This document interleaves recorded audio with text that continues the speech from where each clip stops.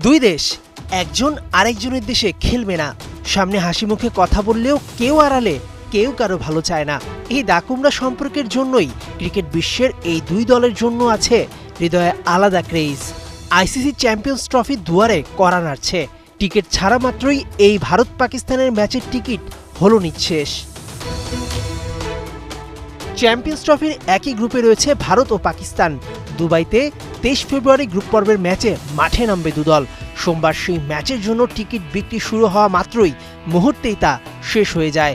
অন্তত 1.5 লাখ ক্রিকেট প্রেমী অনলাইনে ভিড় জমান টিকিট কেনার জন্য। রেকর্ড সময়ে টিকিট নিঃশেষিত হওয়ার ঘটনা প্রমাণ করে ভারত পাকিস্তান মহারণ নিয়ে ক্রিকেট প্রেমীদের আগ্রহ কোন পর্যায়ে পৌঁছেছে। প্যালেস্টাইনের সমর্থনে সোশ্যাল মিডিয়ায় পোস্ট করেছিলেন অস্ট্রেলিয়ান সাংবাদিক লালোর। পরদিনই চাকরি খোয়ান তিনি। মানবতার জয়গান, মানুষ তো মানুষের জন্যই। তারপরও কেন এমন অমানবিকতা? পাশে দাঁড়ালেন অজি ওপেনার ওসমান খাজা।